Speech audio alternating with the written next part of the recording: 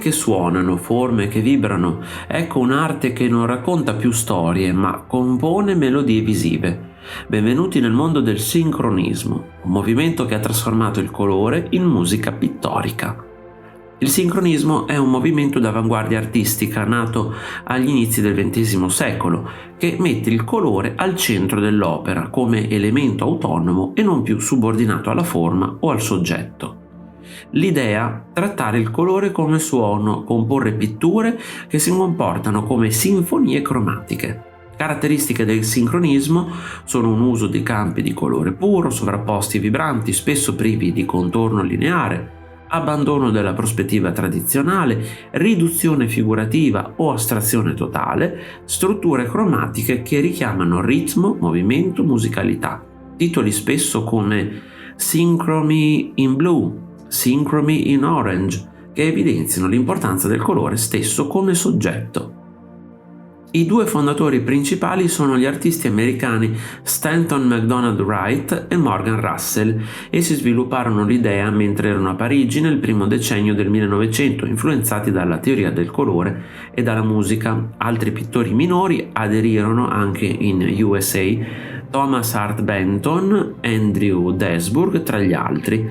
Il movimento fu relativamente breve e con pochi aderenti. Il movimento prende forma intorno al 1912-1914, la prima mostra specifica si tenne nel 1913 a Monaco e poi a Parigi e New York. Il gruppo visse un periodo breve ma importante. Dopo gli anni '20 l'attività si affievolì anche perché gli artisti stessi cambiarono direzione.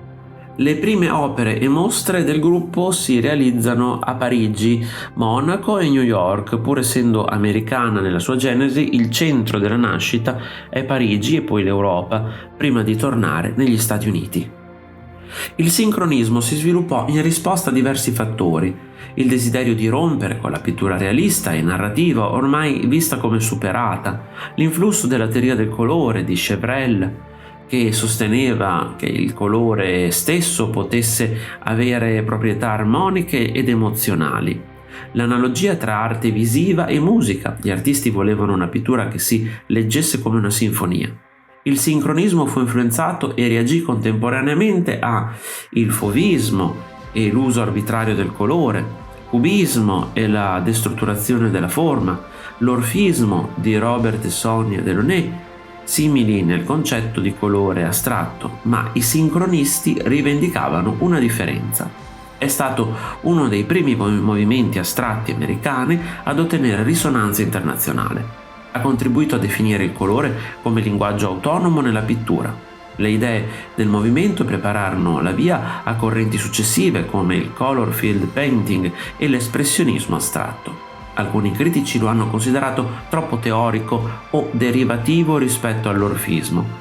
Il sincronismo ci ricorda che il colore non è solo abbellimento, ma può diventare voce, ritmo e forma. Guardare un dipinto sincronista significa ascoltare una composizione. Vedere è sentire.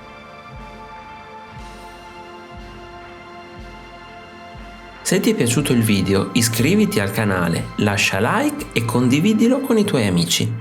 Un saluto e al prossimo video di Arte Esplorando!